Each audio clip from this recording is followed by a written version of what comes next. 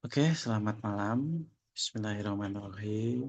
Assalamualaikum warahmatullahi wabarakatuh. Eh, Jaringan komputer 2, pada pertemuan ke-9 ini, kita akan membahas tentang DHCP. DHCP ini sudah include atau sudah masuk ke dalam RPS kita pada pertemuan ke-9, konfigurasi DHCP. Ya.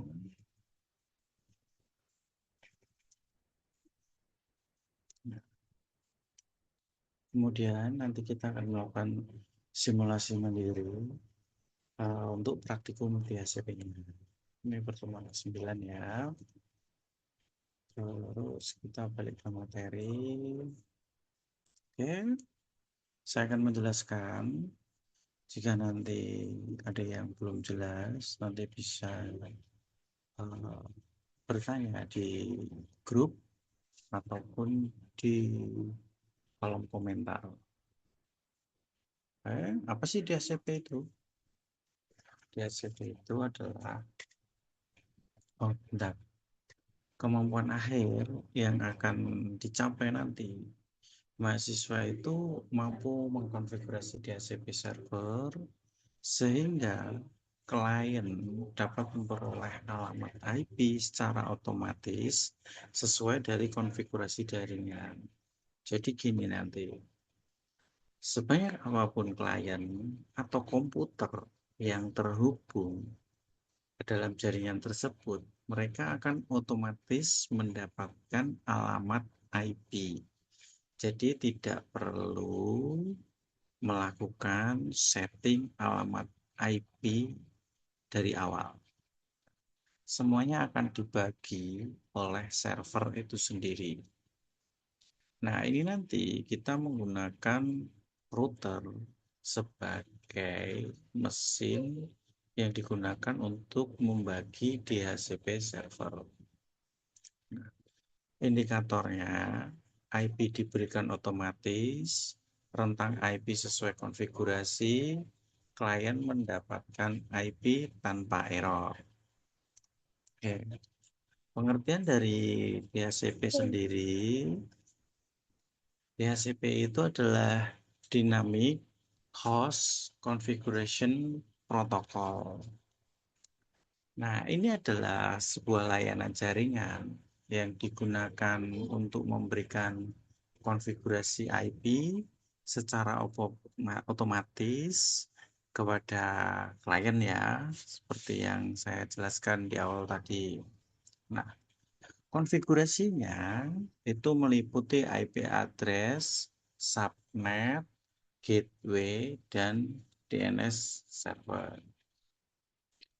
Tanpa DHCP ini, administrator harus mengatur IP satu persatu secara manual pada setiap komputer. Jadi kan ribet. Nah, dengan adanya DHCP server ini, administrator nggak perlu lagi mengatur alamat IP satu persatu pada setiap komputer. Bayangkan, kalau dalam setiap ruangan ada 50 PC sampai 100 PC. Kalau kita harus menginput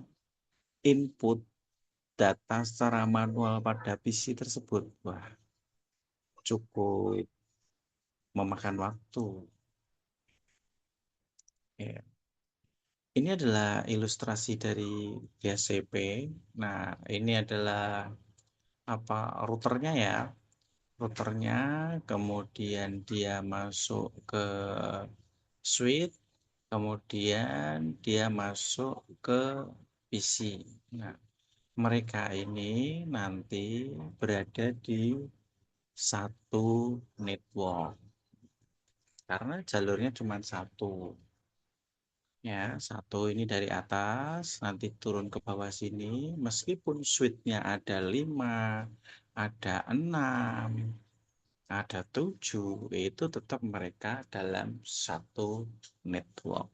Karena nanti kan yang membagi DHCP itu kan cuma satu, jadi turun ke bawah. Nah, ini teman-teman kan sudah paham tentang IP ya, kemudian jumlah IP dari subnet. Nah, teman-teman otomatis sudah paham lah. Fungsi utama dari DHCP tadi itu untuk mempermudah konfigurasi jaringan, kemudian menghindari konflik IP, menghemat waktu administrasi. Nah, maksudnya apa? Maksudnya ya biar administrator itu tidak melakukan input satu persatu dalam eh, komputer-komputer yang terhubung ke jaringan tersebut. Kemudian mempermudah pengelolaan jaringan dalam skala besar. Kenapa kok jadi mudah? Karena alamat IP-nya sudah pasti dari alamat IP yang sudah ditentukan. Jadi tidak ada kesalahan. Kalau di input secara manual itu kan ada kesalahan biasanya. Mungkin ada 100, 200, itu kan di rentang itu pasti ada kesalahan. Ada yang salah mengetik apa namanya angka, katakanlah 192.168.10.10 gitu ya. Bisa saja 168 jadi 166, 169 kayak gitu. Jadi tipu. Itu nanti akan berakibat tidak bisa terkoneksi gitu. Kemudian cara kerjanya ini DHCP Discover itu klien mencari DHCP server. Kemudian DHCP Over server menawarkan alamat IP. DHCP Request klien meminta IP yang ditawarkan. DHCP Acknowledge itu server menyetujui dan memberikan IP. Nah, contohnya cuma seperti ini. Klien minta, server memberi. Cuma itu doang. Nanti kita praktikkan di paket tracer. Terus komponen itu DHCP server, client, IP pool, list time. Nah, itu mereka memiliki fungsi masing-masing. Nah, fungsinya apa? DHCP server itu fungsinya memberikan IP secara otomatis. Sedangkan DHCP client itu adalah perangkat yang menerima IP. IP pool itu apa? IP pool itu adalah rentang IP yang dibagikan. Sedangkan list time itu adalah lama penggunaan IP. Nah, itu kan bisa disetting kan. Ini hidup berapa jam, terus berapa menit, kayak gitu. Nah, lanjut. Teknik topologi sederhana itu seperti ini ya. Nah, ini router, terus kayak gini. Nah, tapi ini apa namanya? Dia punya dua line, dua line. Tapi kita pakai satu line itu bisa. Terus konfigurasi untuk DHCP-nya itu, nah, yang pertama kita aktifkan interface-nya. Kita enabling configure terminal, interface fast Ethernet-nya itu kita pakai fast Ethernet itu yang 00 atau 01 atau 02. Kemudian kita masukkan IP address-nya sama subnet mask-nya. No shutdown artinya fast Ethernet itu hidup, tidak mati. Nah, kemudian exit. Nah, di sini konfigurasinya IP DHCP pool. Nah, kalau ini nama apa nama IP poolnya yang DHCP-nya. Kemudian networknya, ya network ya, jangan lupa. Kemudian ini subnetnya. Terus ini ada default router. Default router berarti alamat router kita. Ini DNS server. DNS server 888 itu kan punya Google. Kemudian kita exit. Nah, ini adalah supaya apa? Supaya si router itu dia tidak masuk ke rentang alamat IP yang DHCP tadi. Jadi kita exclude, ya, kita kecualikan. Nah, ini desain eh, apa namanya yang saya bikin.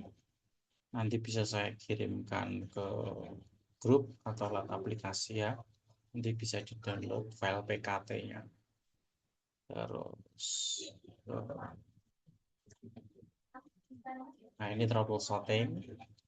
Klien tidak dapat menerima IP adalah apa tuh penyebabnya? DHCP-nya belum aktif, interspace-nya itu mati, kabel salah, network DHCP-nya salah. Solusinya apa? Aktifkan DHCP, gunakan ini no shutdown, artinya dia dihidupkan atau tidak mati, periksa konfigurasi. Oke, nanti dari teori yang sudah saya jelaskan, jika ada yang belum jelas, bisa ditanyakan. Kita nanti bisa diskusi. Sekarang kita akan buka paket tracer. Paket tracernya mana ini? Paket tracer. Oke, sudah keluar paket tracernya. Nah, ini ini tuh adalah isi, isi PC 1, PC 2, kemudian di sini ada switch, kemudian ini juga switch, ini adalah router. Nah, jangan bisa konfigurasikan model kabelnya seperti ini, pakai stripe, pakai crossover. Alamat IP di sini itu pakainya DHCP ya. Kalau statis dia kosong. Oke, terus ini kita kosongkan dulu aja. Kosong semua ya. Ini nggak usah kita konfigurasi karena dia hanya sebuah jembatan. Kemudian di sini. Nah, ini saya pakai, ini kan kosong. Kita pakainya yang ini. Nah, ini kita kasih alamat IP. Kok nggak kelihatan? Bentar. Oh, ini dia. Oke. Nah, tadi gateway ini adalah router ya. Routernya tadi kita masuk ke fase Ethernet ini, kemudian kita isi. Tadi kan isinya itu apa namanya? Alamat IP-nya ini 192.168.10.1 sebagai gateway. Dan ini adalah subnetnya. Jangan lupa ini dihidupkan atau on.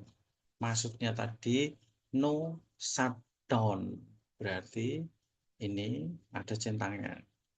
Kalau shutdown nanti centangnya ini hilang. Oke, ya seperti ini. Terus masuk ke CLI.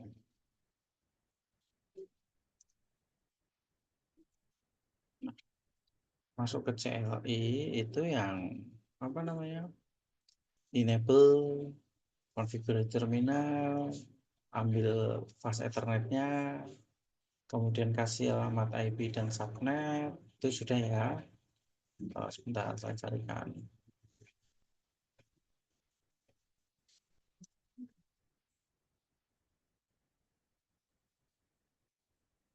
Nah, ini aktif interface ya, enable, configure, interface washtag-nya, alamat IP-nya berapa, subnetnya berapa, nyosotong, exit. Nah, ini clear ya. Kemudian ini dimasukkan IP DHCP pool. Nah, dimasukkan. Oke, sebentar, saya akan bisa. Ini. Dimasukkan, diketikkan di sini IP DHCP pool.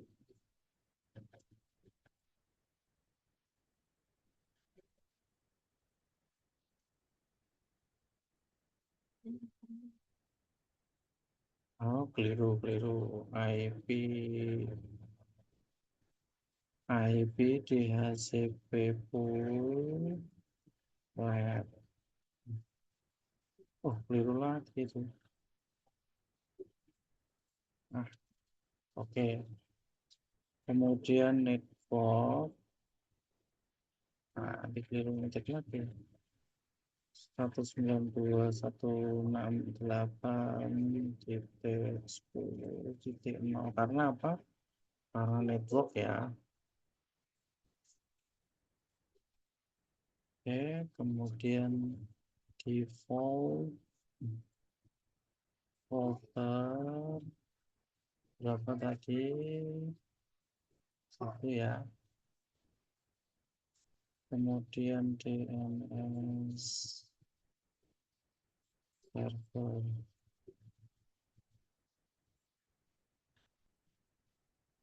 Oke, exit. Nah, itu kan udah selesai. Sekarang kita keluar. Kita ganti ke sini. Sini. Ini sudah kelar ya. Ini sudah kelar. Kemudian di kelihatan lagi.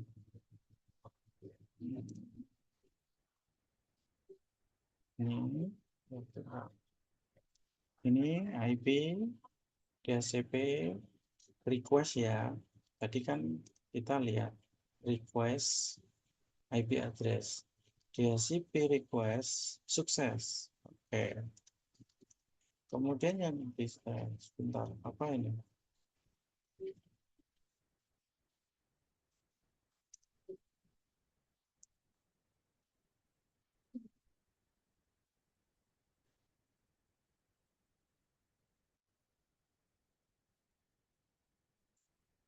Oke. Kemudian, nah mana tadi? Keliru kita. Bukan yang ini.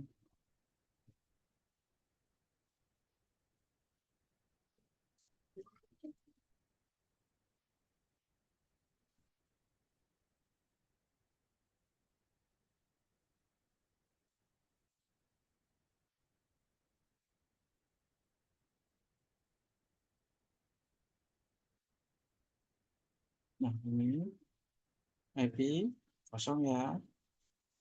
Kosong kita request successful. Tadi 10.2, ini 10.3. Oke. Sekarang kita ping. Ini saya tadi sudah melakukan ping. Bukan keliru. Ping, ping. 92.68.10.1. Oke, bisa ya. Terus titik 2. Oke, bisa ya. Terus ping kiri sendiri titik 3. Oke, bisa ya. Jadi proses DHCP itu sudah selesai. Cuman seperti ini aja, nggak ada yang sulit. Oke, nanti teman-teman silakan praktik di laptop masing-masing atau PC masing-masing. Nanti hasilnya seperti apa, silakan jenengan screen record, kirimkan ke saya. Entah itu berhasil, entah itu tidak berhasil, tetap kirimkan biar saya bisa menilainya. Oke, untuk pertemuan ke-9 ini saya akhiri. Sekian, wabillahi taufiq walhidayah. Wassalamualaikum warahmatullahi wabarakatuh.